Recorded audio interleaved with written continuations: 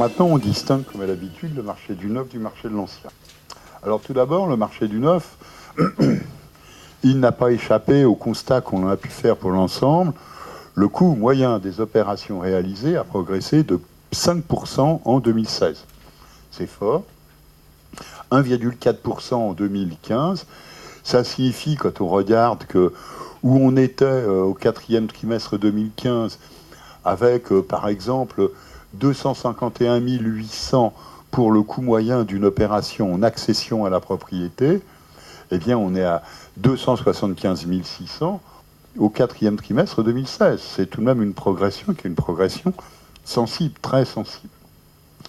Face à cela, on a des revenus des ménages qui réalisent des opérations qui ont progressé, mais pas à la hauteur de l'augmentation du coût des opérations. 0,9% d'augmentation après une année 2015 durant laquelle les revenus avaient stagné, voire légèrement reculé. Bon, c'est logique, il n'y a pas de surprise là-dessus. On a eu une progression de la part des ménages jeunes, modestes. On a eu une nouvelle progression de la primo-accession à la propriété. Et puis, en revanche, ou en parallèle, comme ces ménages jeunes, modestes, primo-accédants ont vu leurs effectifs s'accroître, on a un apport personnel qui a continué à reculer là fortement dans le neuf. Quand on regarde le taux d'apport personnel, par exemple, il était pour l'accession à la propriété dans le neuf de 21,7% au quatrième trimestre 2015. Il finit l'année 2016 à 17,9%. C'est encore une belle diminution. Ce n'est pas pour cela qu'il y a eu une montée, une forte montée en contentieux, une explosion des sinistres. Non. Parce que ce qui constitue la particularité du modèle français de financement du logement, c'est la capacité d'évaluation des potentiels de remboursement des emprunts par les ménages. Et donc, c'est un modèle qui sécurise parfaitement le parcours, qui est le parcours de ceux qui s'engagent dans l'accession à la propriété, l'investissement locatif, etc.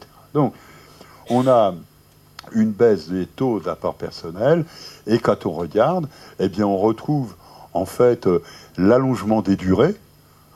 Par exemple, 222 mois en moyenne au quatrième trimestre 2015 pour l'ensemble du neuf, 226 mois en moyenne au quatrième trimestre 2016. Et donc, tout cela a comme effet que l'année 2016 a connu une modification d'abord de la structure des clientèles, et on voit les moins de 35 ans, cœur de cible, les moins de 3 SMIC, cœur de cible de la primo-accession, des progressions très sensibles.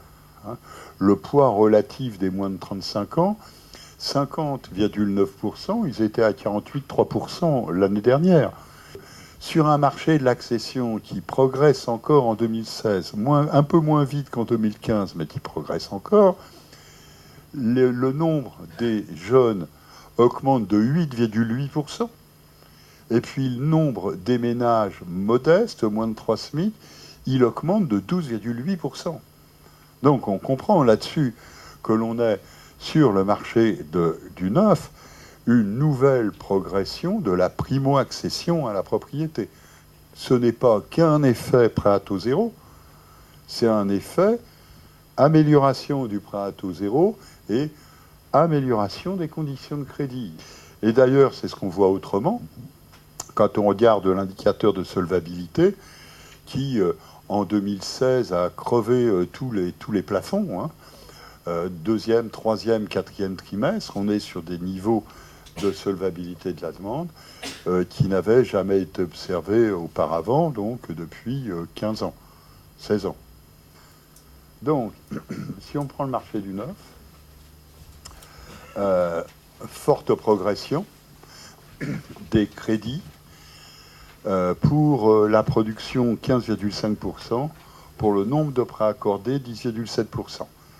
Alors, pourquoi est-ce que sur le marché du neuf, le nombre de prêts a cru Il a cru simplement parce qu'on a vu des ménages qui sont des ménages jeunes, faiblement dotés en apport personnel arriver, et qui à ce titre-là sont des ménages qui mobilisent des sources de financement en nombre plus important que ce que l'on trouve chez des ménages qui sont des ménages plus aisés, qui ont revendu éventuellement. Donc l'augmentation du nombre de prêts, 10 pour plus de 10,7%, augmentation de la production de crédit au neuf, 15,5%. Voilà, donc on a un marché du neuf, sans surprise, qu'on regarde du côté de la promotion immobilière, les ventes des promoteurs, même si cela n'a un impact 6-9 mois au minimum plus tard sur le marché des crédits. Et puis on a le secteur de la construction de maisons individuelles qui a un impact 4 à 5 mois plus tard sur le marché des crédits. Et tout ça, ce sont des progressions à 2 chiffres, 13-14%, voire 20-22%. Voilà, donc on retrouve bien ici.